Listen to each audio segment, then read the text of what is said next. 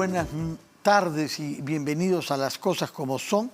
Poco antes de comenzar este programa hemos tenido conocimiento de la renuncia que ha presentado el congresista Guido Bellido a su membresía en la bancada de Perú Libre, recordando que él es miembro de Perú Libre desde el año 15, es decir, fundador, mucho más que otros que se han inscrito, hay que decirlo, para las elecciones. No es el caso de Guido Bellido, que como sabemos ha sido primer ministro, fue el primer ministro de este gobierno, primer ministro. Ha renunciado y su explicación es que quiere entrar a un proyecto más amplio que aquel en el que estaba en Perú Libre. Por otra parte, se ha hablado de convocar al ministro del Interior al Congreso para que dé explicaciones sobre el desempeño de la policía el día sábado, durante la marcha en la que se han registrado escenas de violencia, incluso de un policía montado a caballo.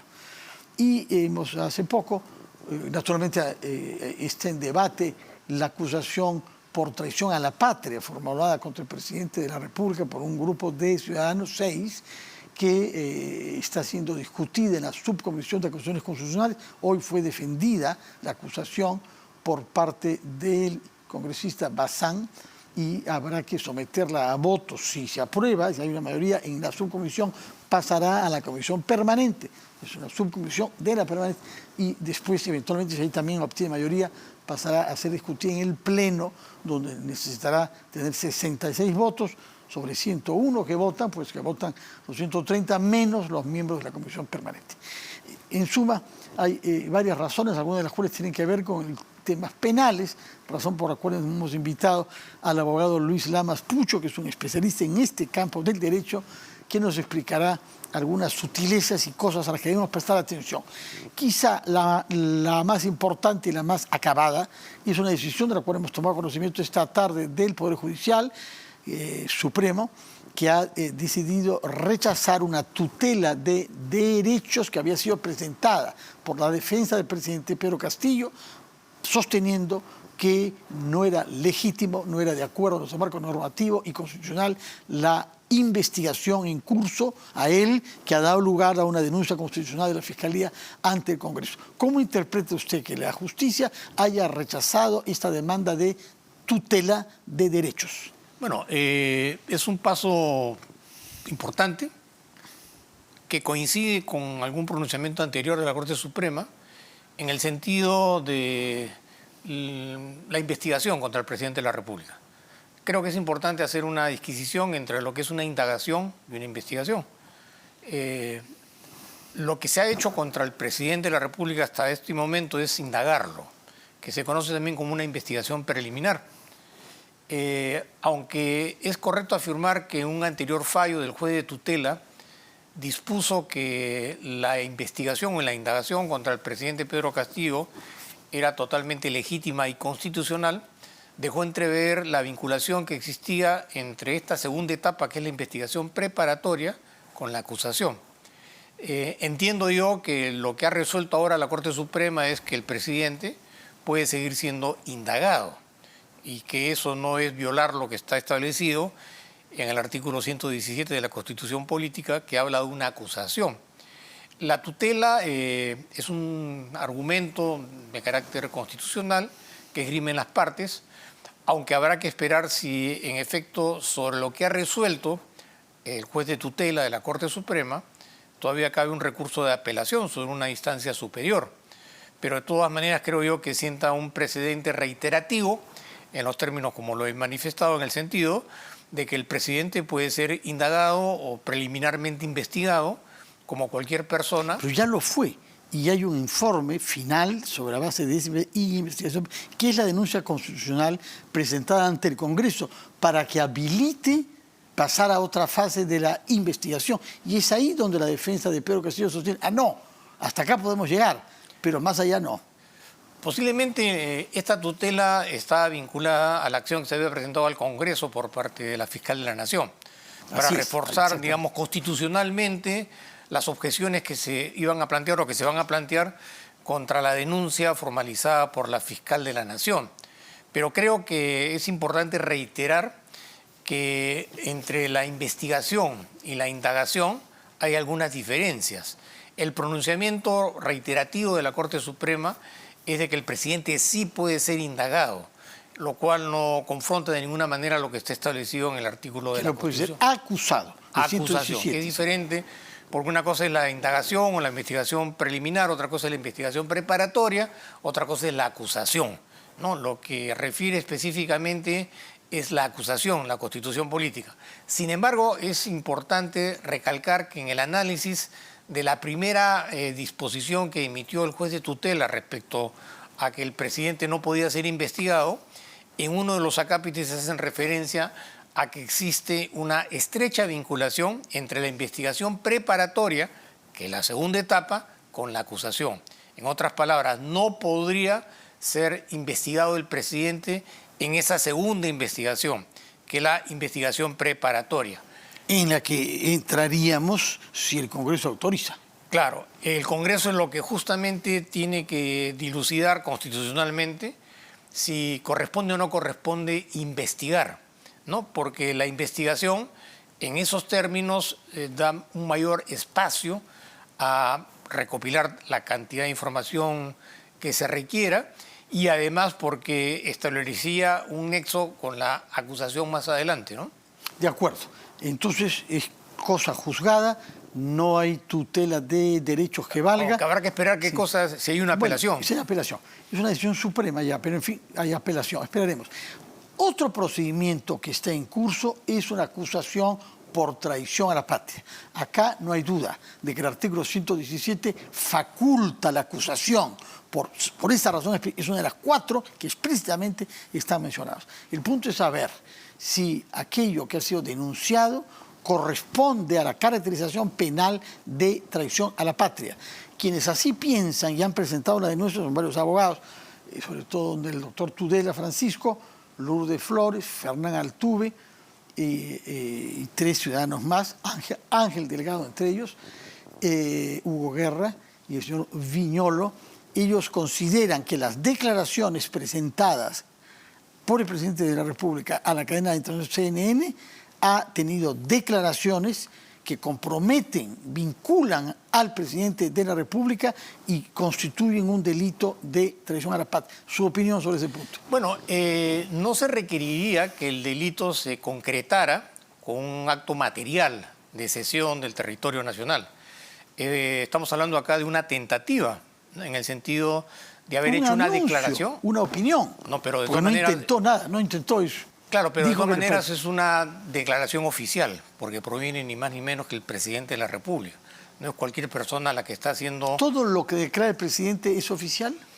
Lo que pasa es que ahí hay otros hechos coincidentes, en el sentido de alguna información vinculada a una cesión territorial, como parte, digamos, de una acción política coordinada con otros países para cesionar territorialmente o ceder territorialmente parte del territorio nacional a la República de Bolivia. Someter a referendo sobre el tema, que claro, también está explícitamente prohibido. Claro, referendo sobre el territorio, ¿no? El Congreso no tiene por qué hacer un análisis de tipicidad respecto a un delito. Eso en todo caso va a corresponder, en el caso que proceda, sin perjuicio de la suspensión o la inhabilitación, que es un tema distinto, al Poder Judicial, que es donde tendría que discutirse y discernirse desde el punto de vista jurídico si efectivamente se habría o no se habría configurado desde el punto de vista de la tipicidad del delito de traición a la patria respecto a la investigación. Pero en todo caso, esta es una decisión que tiene un alto contenido de carácter político, sin soslayar, por supuesto, el análisis penal, ¿no? Pero que en todo caso, desde mi opinión personal, eso tendría que ser resuelto en el caso que se formalizara por parte de la fiscal de la Nación la denuncia correspondiente por el delito de traición a la patria. Entre tanto, al margen de este tema, que sigue su curso, veremos cómo vota la subcomisión de acusaciones constitucionales y si llega esto hasta el Pleno, tenemos nuevas denuncias contra un ministro que ha sido incorporado a la investigación fiscal, era el ministro Roberto Sánchez de Turismo y Comercio Exterior, que no estaba hasta el momento implicado en estas investigaciones y que lo está con acusaciones que son difundidas ayer en un programa de televisión, en Cuarto Poder, me parece.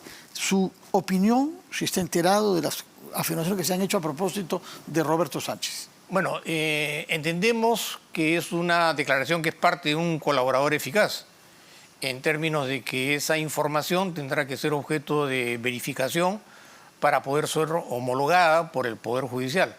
Pero creo que también es interesante, para no perder perspectiva, que aun cuando lo que afirma un colaborador eficaz sea objeto de homologación dentro del Poder Judicial, eso de ninguna manera tampoco define la responsabilidad penal de la persona que es parte de ese proceso de colaboración eficaz. O sea, en otras palabras, aún la colaboración eficaz, cuando sea homologada, no es una sentencia que declara si una persona es culpable o no es culpable. Es una formalización de un hecho, la verificación del mismo, en el que se habría cumplido con todas las formalidades, y lo que dice ese colaborador en esos términos tendrá que ser ofrecido cuando empiece el juicio oral con una prueba, entiendo yo, con otros hechos colaterales que puedan coincidir, para darle la suficiente fortaleza, aunque es interesante recalcar que el hecho de verificar la veracidad de lo que dice el colaborador es una prueba plena de que efectivamente lo que se afirmó sucedió como tal, ¿no? Y además hay una decisión tomada por la Fiscalía de incluir al ministro en la investigación general. Y eso Claro. es una decisión que me imagino se hará sobre la base de algunos indicios sólidos. El ministro, Sí. por supuesto, dice que no, que todo es inventado y que eres inocente.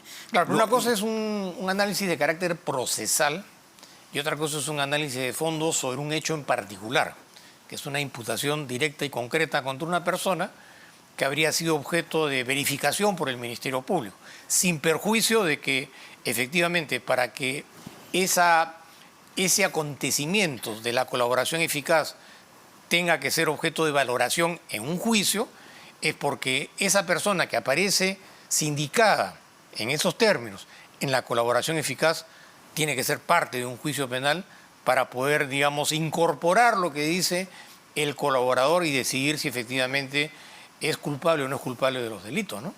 de acuerdo. Por otra parte, se ha decidido convocar al ministro del Interior una nueva vez, al señor Willy Huerta, al Congreso para dar explicaciones sobre el desempeño de la policía. Siempre es difícil juzgar a la policía en todos los países del mundo, resulta difícil. Vemos en Estados Unidos en particular, se dice que hay una impunidad de actos de la policía. Bueno, en el Perú hemos visto casos en que han sido condenados policías por actos diferentes. ¿Cómo ve usted la posibilidad de que el ministro no pueda dar explicaciones convincentes sobre el desempeño de la policía en el curso de la marcha el sábado?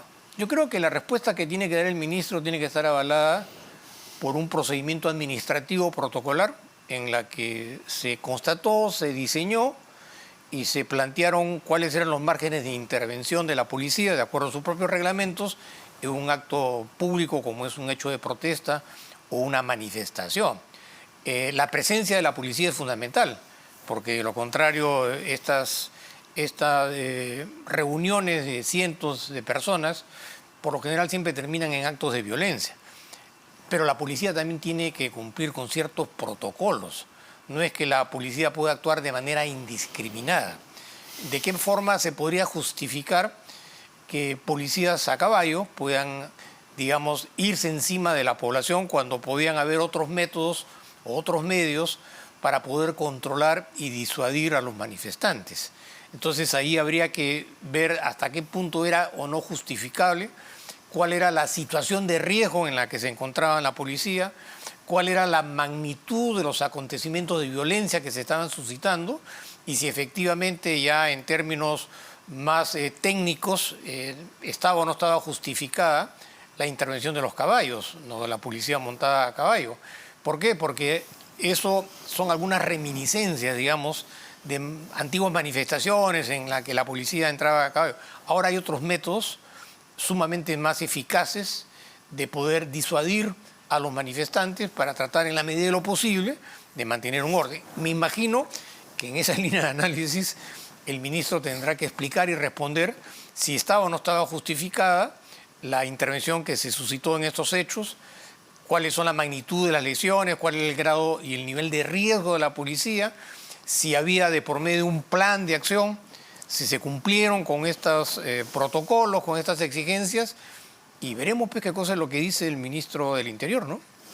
Por otra parte, una pregunta que tiene que ver con un colega suyo, sanmarquino, abogado, que sucede que es primer ministro, y el señor Aníbal Torres, quien ha reprochado a una periodista, colega del Canal 4, Sol Carreño, el haber dado informaciones que a él le parece que no son exactas, pero ha ido más lejos y ha sostenido que una periodista que actúa de esa manera, con ese sesgo, según él, no puede ser una buena madre. Bueno, se ha defendido ahora, ha sido criticado severamente por entrar a acusaciones personales sobre la calidad de madre de una periodista por las cosas que ha dicho que no le gustan al señor Torres. Se ha defendido hace poco en un tuit diciendo que efectivamente el sesgo significa que la persona que informa de esa manera no responde a criterios éticos y que eso no tiene nada que ver con el machismo. No se le ha reprochado el machismo, se ha reprochado los insultos personales sobre la vida familiar de alguien porque ha dicho algo que el señor considera que no es exacto. Estamos ante una situación que está al borde del delito, ¿no? Yo creo que sí. Yo creo que el premier se excedió en sus apreciaciones. Él debió haber tenido claro lo que era un análisis meramente circunscrito a la noticia, que uno puede discrepar con la noticia, pero una situación muy distinta y diferente es irse a lo personal, es decirse, involucrarse directamente con el comportamiento de la periodista, con mayor razón haciendo referencia a su grado, a su sentido femenino de la periodista, involucrarse con su gestión como madre de familia, que son temas ya que no tienen que ver nada con el ejercicio propiamente de la noticia. Uno puede discrepar desde todo punto de vista con la noticia, puede exponer las razones por las cuales lo hace, pero irse a la vida personal del periodista o de la periodista, yo creo que eso incluso configura un delito de difamación agravada, porque se ha hecho en los medios de comunicación. Se trata de un premier que además ha sido decano en el Colegio de Abogados, profesor universitario, un intelectual jurídico y además porque representa la gobernabilidad a plenitud. Entonces, él tiene que tener muchísimo cuidado en no excederse en sus atribuciones, porque lo que está haciendo es mediar la política de gobierno en un tema de tanta sensibilidad que tiene que ver con los medios de comunicación y que tiene que ver con la vida personal de una mujer periodista, ¿no? Pero aparentemente él cree que ese comportamiento le es útil a su imagen, a la imagen de alguien que ataca, como ha dicho el presidente, a una prensa que el presidente dijo es partícipe de un complot para dar un golpe de Estado. Está bien, pero digamos, tema que en última instancia puede ser objeto de discusión, debate, todo lo que tú quieras, pero no se puede ir contra la vida personal de la periodista. Sí, porque todo, ahí incurre, usted dice, en delito de difamación. Yo creo que hay elementos más que suficientes para formalizar una querella penal por un delito de difamación agravada, por varias razones. Primero, porque se ha hecho de forma masiva ante los medios de comunicación. Eso se ha diseminado a través de toda la prensa televisiva, escrita o virtual. Por otra parte, porque se trata del premier, no es cualquier persona. Y en tercer lugar, porque se trata de una persona que tiene conocimiento jurídico. De derecho, sí. ¿No? Bueno, entonces, de todo punto de vista, lejos de expresar su pesar ante el daño que ha causado y lo mal que ha sido recibido, lo que ha declarado, insiste en su tuit y más bien reitera que hay un sesgo en la presentación de las cosas que dijo, una mala interpretación. En fin, así estamos, abogado Luis Lamas Pucho. Muchas gracias por estar con nosotros y por darnos luz sobre varios de los temas que están en curso que afectan al mundo del derecho penal. Ha sido Luis Lamas Pucho, especialista en esta materia. Vamos a hacer una pausa y retomamos las cosas como son.